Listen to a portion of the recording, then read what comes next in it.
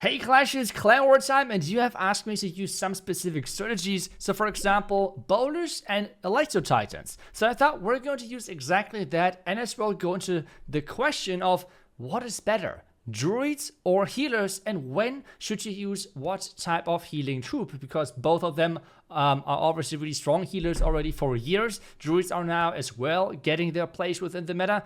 What should you use and when? Let's start things off with this attack and with an Super Bowler attack. We're going to do a Warden walk for this part of the base to create like pathing and funneling and everything around. As well, something I like to go for with the Warden walk is to go for defenses which have a higher range than the Flame Flinger, because in my opinion the Flame Flinger is just such a good defense working alongside with that smash in general. Like, I don't know, it doesn't really matter if it's super bonus or any other type. I just think it works really well alongside each other. So this module we can just tag with a Yeti or with Barbarians or something, but that Flame Flinger is eventually going to take down that Eagle Artillery. Next step for us then is to go in with the super bonus from over here and then jump into the core to take down the Town Hall. Now the question is, what should we use? Druids or healers? Well, I personally with bowlers prefer the healers. The reason for that is a lot of times I like the Eternal Tome ability way more for the Warden, which means we don't have normally the Fireball available, which means the Warden walk takes a little bit longer, and having druids can be sometimes problematic because they heal only for 30 seconds. So having the consistent healing of those healers with this Warden walk, making sure this entire compartment here is out, is just way better. As well, super bowlers tend to stick together really well, which means the splash healing of the healers are working really well alongside each other as well. So that's, in my opinion, is a reason why I prefer personally the regular healers better with super bowlers over druids. Even though druids can still work, don't get me wrong, I just think in general it might be the better idea. The king is then funneling the outside, is going to push everything to the middle. I'm using as well the life gem, because otherwise I tend to lose my super bowlers really quick if I don't have those 700 bonus hit points on my super bowlers, which can be kind of problematic, and I still have a lot of rages. So I think with that plan in mind, we should dive in, and I will see if I can pull it off and see you why I'm using this specific combination when running the super bowlers. As well, equipment wise in smash attacks, you have a lot of times quite some flexibility, especially with the Archer Queen. With the Archer Queen though, I like to just go super safe, which means I have invisibility, and I'm using as well the Frozen Arrow, which to me works quite well. You can as well go with Frozen Arrow and Healer Puppet, with the Giant Arrow, Healer Puppet, whatever, but that's obviously more risky, and typically I don't need more healers. As well with the Warden, we're going with the Life Gem, as I already said, so let's just start things off so we're not running into time issues, just like that. So I might have to use some rages early on, which should be hopefully no problem. Just like that, there goes the rage. Then double check if there's any traps on this far right side. It seems like no Tesla, which is good for us. As well, a lot of people are wondering, it's why do you not bring healers and druids maybe together? Maybe the hybrid version works really well. The problem here is that both healers, and like the regular healers and the druids, are, well, there's a problem, and I would put it that way. They're healing with different healing ratios, or like attack speeds, you could say.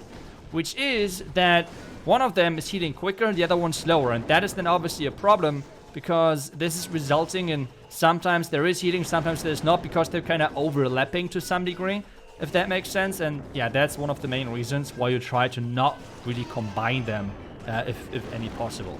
Let's use the king here. This one.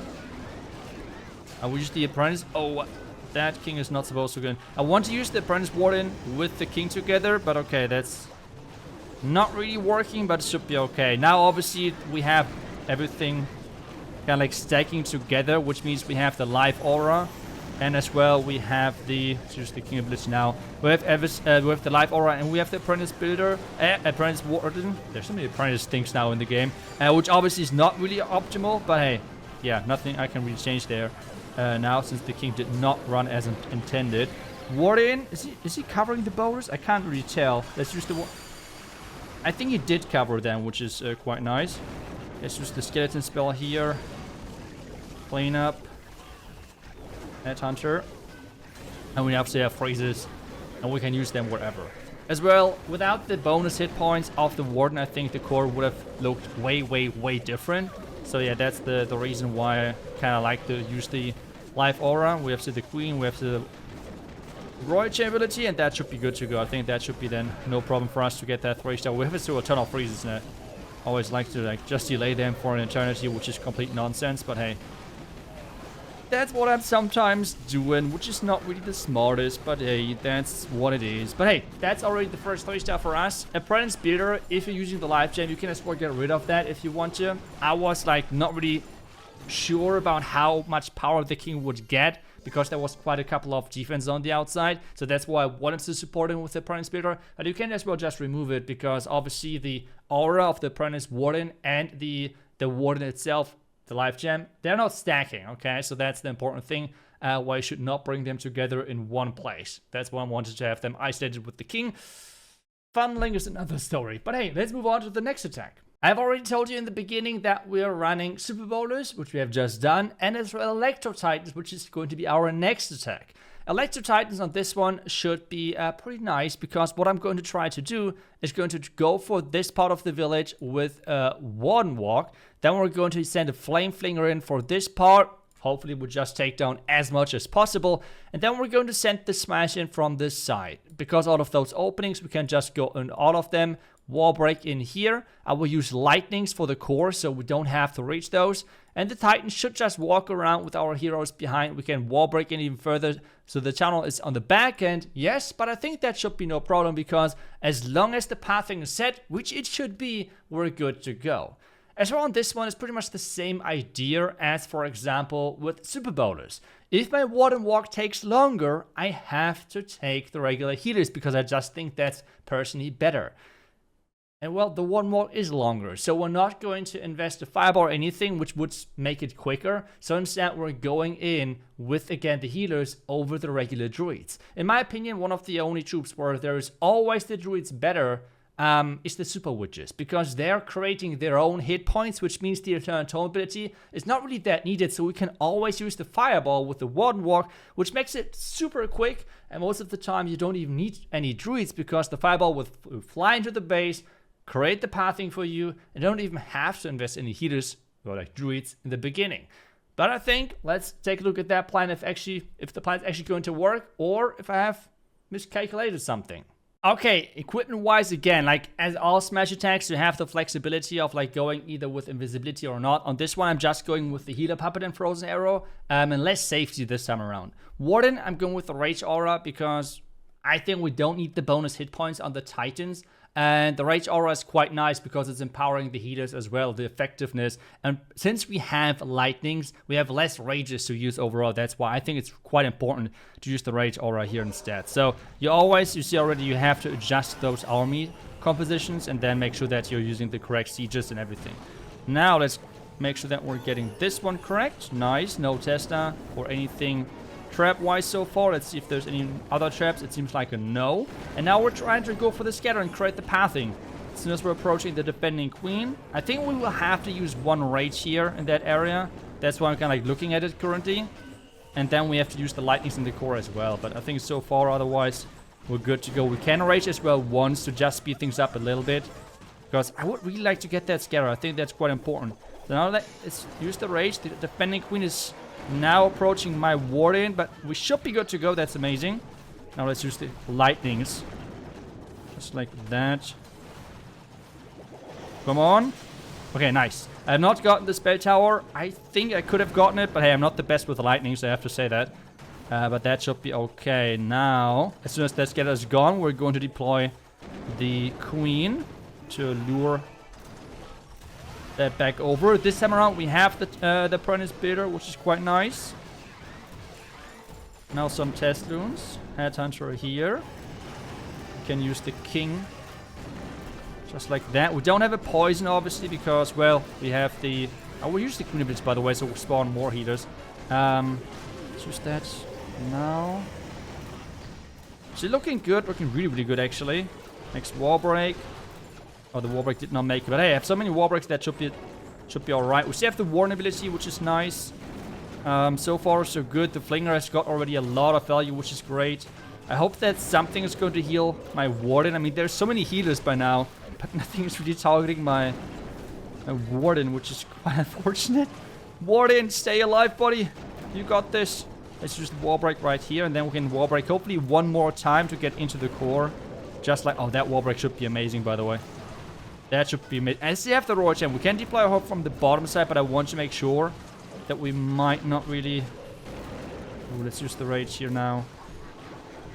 Raise it up, so we have the Warden having him stay alive. Now from the bottom side with the Royal Gem.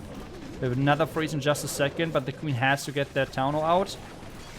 One Wizard behind, I think we're looking already good, like with this. I have to have the Warden ability, by the way.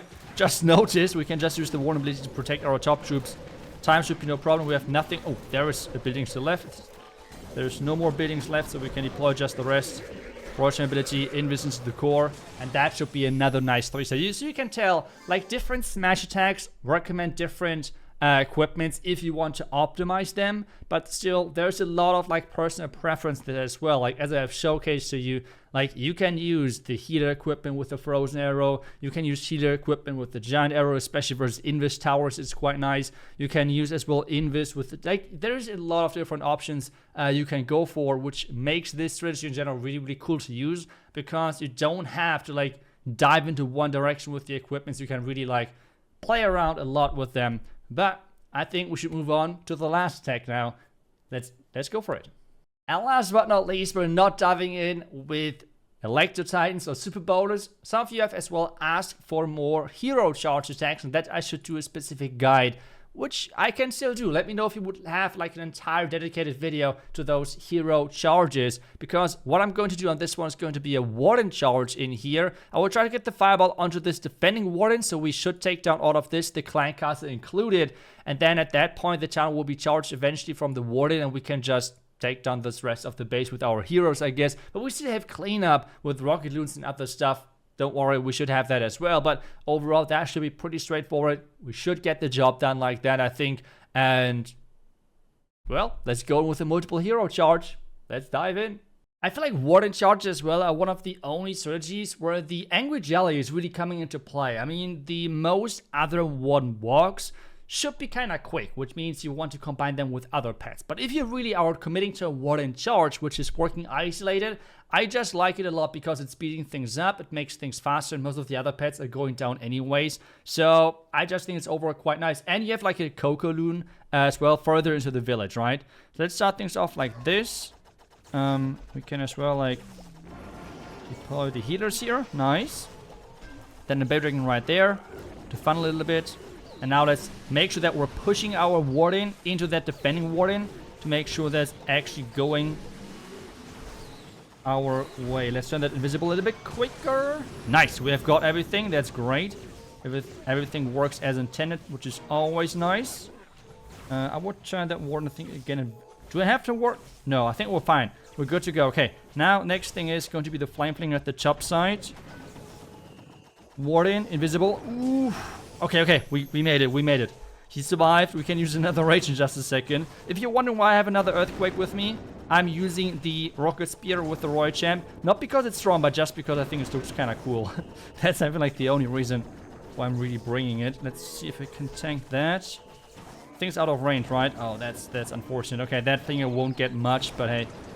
We could use a freeze, but no, I won't use a freeze there. I think it would be an overcommitment. Let's try to... That was the Black Man, by the way, which is kind of nice with having the Angry Jelly. Like, it's like a test loon to some degree, which is appreciated, I guess. The Warden keep going, which is nice. I hope that the Warden is now getting pushed into the core, into the middle, since he is supposed to take down the Town Hall. The Flinger has not gotten much, but that's okay. Now King Queen from the bottom side. Let's use those wall breaks to get them in. Using those healers behind as well. We can use the Rage now for the Warden again to make sure that he's staying alive and staying in a good spot. Let's use, actually, I want to make sure that my Warden is not going down. That's like the main thing with this strategy, right? So that's always something you have to concentrate on. Maybe just like that. Raise it here. My healers are supposed to stay alive. Rocket Spear going crazy, nice. Let's turn that again invisible. We see has our ability with the invisibility, and we still have quite a lot of troops, like you can tell. Wait a second. Wait a second now. Let's use the rocket dunes to get that town hall. That town hall hopefully is going down, by the way. And yes, it does. Okay, nice. We should have anything. Let's use the poison here, and we should get the job done, even though it's in the end quite close. But yeah, we have those heroes alive. Hey, we got the 3-star. That's all what I was caring for. It was really unfortunate that the Warden got dragged to the top side, so the town hall could take down the healers. If that would not happen, it would be a different story, I guess. But hey, 3-star, 3-star, that's all what I'm caring for right now. And, well, let me know if you would like to see more in the future of this specific strategy, or if there's any other strategies in general you would like to watch in the future on the channel. Thank you so much for watching, as always. I appreciate it. I wish you guys back to one with the next Clash video. And until then, see ya and bye-bye.